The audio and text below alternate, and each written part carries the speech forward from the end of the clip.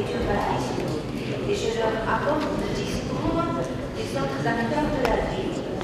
Et aujourd'hui, ce séminaire nous donne l'occasion de plutôt faire une lecture de la ville, une lecture d'un urbaniste, une lecture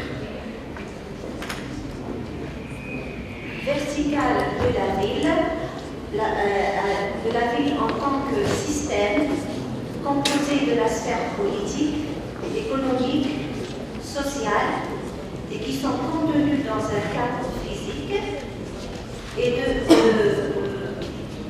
parler un petit peu des interrelations entre ces différentes sphères qui créent des dynamiques urbaines et finissent par des occupations physiques dans l'espace urbain. En Algérie, l'ouverture économique et la mondialisation ont suscité une forte demande en espace commerçant. En effet, depuis l'avènement de l'économie de marché, l'appareil commercial est en pleine mutation sur son œuvre. L'absence d'une logique d'aménagement qui fixe des modes d'implantation et d'expansion de l'activité a permis un développement anarchique de toutes les formes de commerce. Ces dernières décennies, on assiste à l'apparition de nouveaux espaces commerçants, aussi bien en centre-ville qu'en périphérie, hypermarchés, supérettes, bazars et sortes urbains informels constituent aujourd'hui le nouveau paysage commercial algérien. L'émergence et le développement de réseaux de troupes urbains informels sont les conséquences directes de processus économiques, politiques et sociaux plus larges. Dans ce contexte de dynamique commerciale, nous observons que dans la ville algérienne qui s'est toujours construite par le logement, la question de l'expansion anarchique des infrastructures commerciales se pose à travers des offres et apparaissent comme générateurs d'un nouveau contexte socio-économique qui prend ancrage dans l'espace urbain. Du fait de l'absence de la grande distribution de centrales d'achat, le secteur de la distribution a été plutôt proche du marché de l'informel, qui prend des allures phénoménales. Les raisons reviennent au prix abordable et à la très forte demande locale, incitée et aiguisée par la disponibilité d'un large éventail de produits de qualité et de prix. Parce que les circuits de distribution ont été défaillants, les sources informelles, espaces publics, espaces économiques, se sont imposés comme un nouveau maillon dans la chaîne de distribution. Cette situation traduit la part accaparée par le marché informel dans la satisfaction de la demande. Lors de son congrès extraordinaire qui s'est tenu fin 2008, l'UJCA a indiqué que le commerce informel occupe un taux de 60%, soit 1,8 million de travaillistes contre 1,2 million de commerçants recensés. Il a également été déclaré qu'on ne peut pas éradiquer le marché parallèle, et puisque ce marché est organisé, on peut reconvertir les commerçants qui exercent dans l'informel. Ces données qui sont les conséquences directes de l'ouverture du marché et du développement du secteur informel ont généré la mise en place d'un réseau d'espaces commerciaux d'un type nouveau, les centres urbains informels, et qui sont un véritable temple de l'informel avec un impact certain sur les dynamiques urbaines. Les villes algériennes en perpétuelle évolution du point de vue de leur expansion, de leur taille, de leur forme de dotation, sont régulées par la dynamique des commerces qui adoptent une forme souriante d'affiliation mi-urbaine mi-rurale. Nous avons le cas d'une sorte de Alzheimer. Si l'on considérait les facteurs d'implantation milieu urbain, la variété et la nature des produits proposés et la clientèle visée, ces espaces verseraient dans la catégorie urbaine. Leur caractère rural viendrait de ce mode d'organisation qui les emprunte aux sortes traditionnellement regroupées. Cette ambivalence urbain-rurale qui caractérise ces nouveaux marchés donne une nouvelle image de la ville algérienne contemporaine, dominée par ses paysages commerciaux. Porteurs de dynamisme, générateurs d'emplois, acteurs de la vie urbaine, les sources jouent en effet un rôle majeur dans le détournement et l'appropriation spontanée des espaces extérieurs. Les adeptes du commerce informel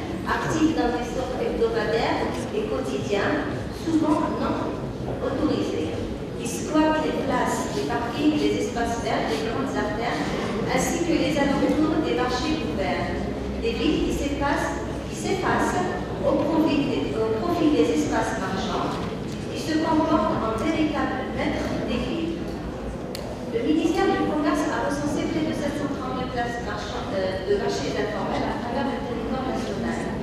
Leur essaimage à travers toutes les villes, leur similitude, marché ouvert et étalage de fortune, stands qui squattent l'espace public, indiquent qu'ils sont devenus un véritable phénomène national.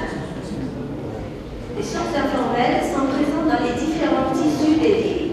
Appropriation légale ou illégale, permanente ou épisodique, ils ont fini aujourd'hui par faire partie des paysages de toutes les villes d'Algérie.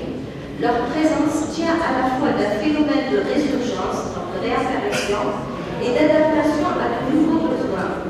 Ils se présentent comme un point d'attache social et spatial dans les villes fragmentées où ils marquent profondément les relations des citoyens avec leur ville par l'introduction d'une nouvelle activité urbaine. L'appropriation forcée des villes par les autres fait qu'ils sont porteurs de dynamiques positives du fait d'offrir aux commerçants l'avantage d'une intégration au sein du tissu socio-économique urbain et informel et de rendre un service appréciable aux populations. Ils sont en même temps porteurs de dynamiques négatives du fait des multiples nuisances relatives au paysage urbain et à la qualité de vie.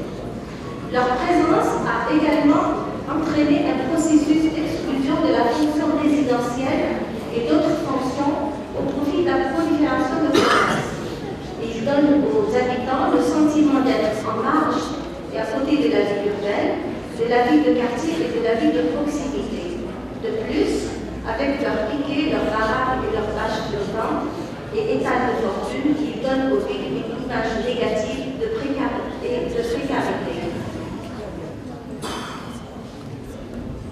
Et là, à travers ces photos, on voit la force de la présence des shops dans les tissus urbains et comment la fonction résidentielle ou autre, et comment la ville passe au second plan derrière cette activité informelle.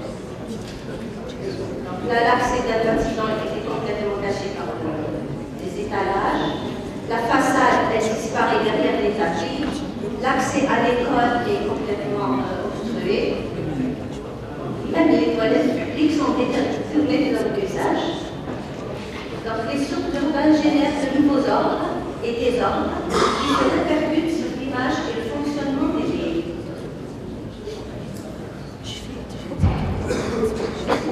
Ces soupes forment de véritables territoires de vie qui entretiennent des rapports complexes avec la ville. Ils sont le fruit d'actions spontanées d'une population qui obéit à des logiques sociales d'appropriation, une conjoncture de chômage, d'absence de débouchés, opportunité d'un travail et de gains faciles, absence du contrôle du pouvoir public et de l'État. Les usages et dynamiques qui en découlent montrent que le territoire des autres s'impose comme un construit social permanent, en constante appropriation. Ils s'apparentent à un système complexe.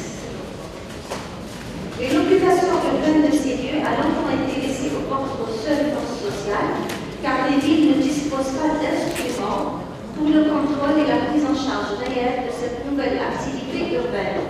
Les instruments d'urbanisme, pour le citer de cela, sont dépassés par les dynamiques locales et territoriales, notamment celles générées par l'activité commerciale. L'absence d'une qualité environnementale, l'exigence et l'insécurité qui s'ensuivent interpellent les pouvoirs publics à tenir compte des contraintes et des ordres que représentent ces sites et à la prise en charge par une gestion adaptée. Donc, le sort des opportunités de travail. Pour les citoyens, ces problèmes mettent à jour l'incapacité des autorités d'assurer une bonne gestion des villes. Pour les commerçants, ils révèlent l'incapacité de ces mêmes autorités à prendre en charge leurs problèmes et leurs droits, d'exercer une profession et de trouver des endroits convenables pouvant abriter ce type d'activité.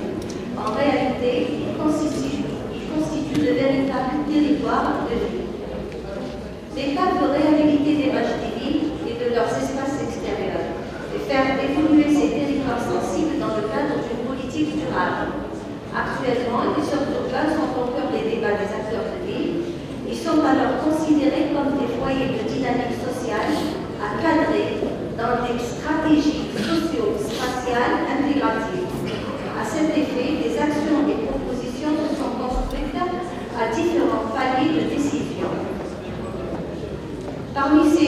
actions, nous citons le programme présidentiel lancé en 2006 qui prévoit 100 locaux commerciaux par commune. Il a pour principal but l'absorption du commerce informel et le développement du commerce artisanal. Mais faute d'emplacement, d'études complètes, de méthodes efficaces pour assurer le succès du programme présidentiel, ce dernier reste bien loin de son objectif et de la réalité du fait de la différence de taille des communes, de la question de l'assiette foncière, des besoins spécifiques à chaque commune. Et nombreux sont les locaux qui ont été achevés et affectés et demeurent désertés par les bénéficiaires depuis des années. Ces structures commerciales n'ont pas été exploitées dans leur majorité et le nombre de locaux occupés comparativement à celui réalisé reste vraiment minime. Ils sont dans un état d'abandon et subissent des dégradations et autres agressions tant humaines que climatiques. Parfois, ces locaux se sont transformés en repères pour tous les marginaux et les délinquants.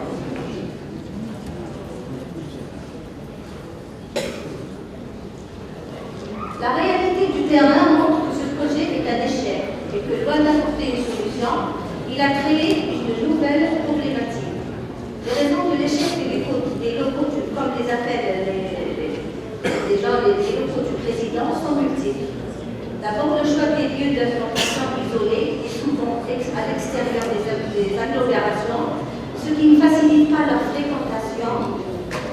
Dans la plupart des cas, ils ne disposent ni de VRD, ni d'électricité, ni toilettes, ni aménagement extérieur.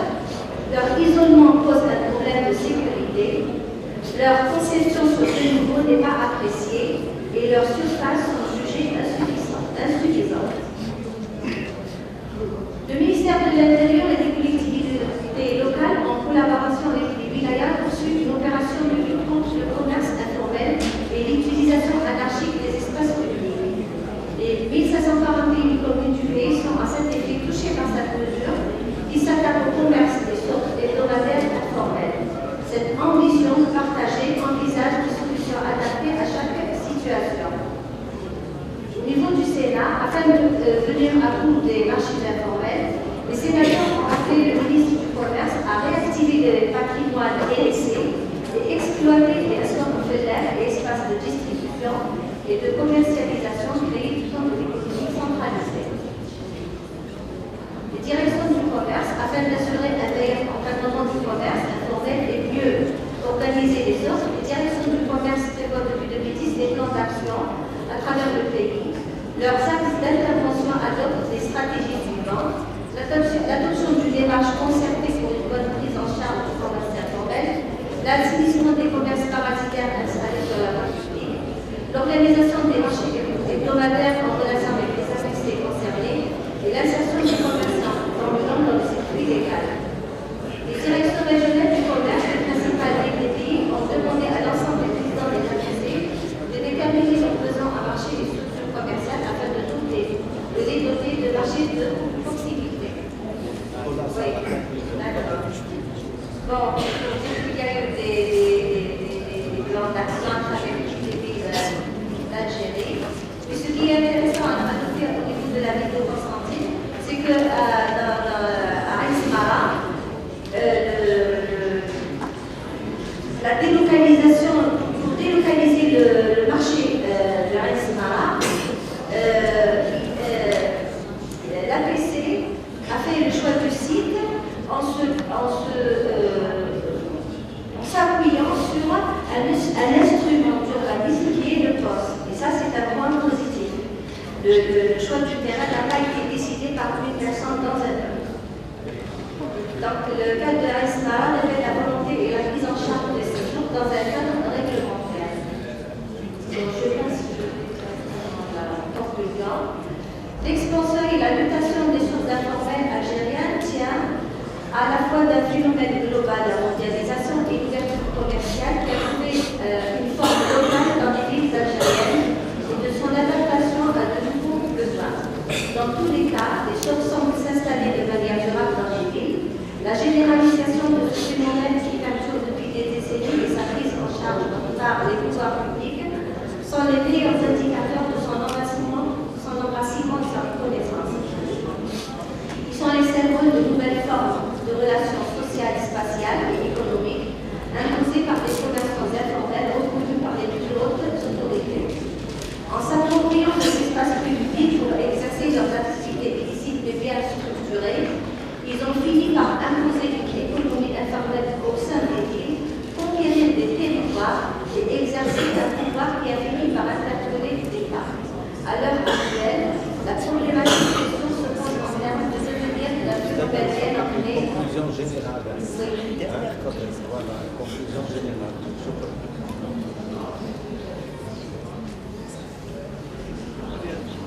On s'interroge maintenant de manière critique sur l'émergence de ce paysage commercial en décalage avec les réalités urbaines algériennes.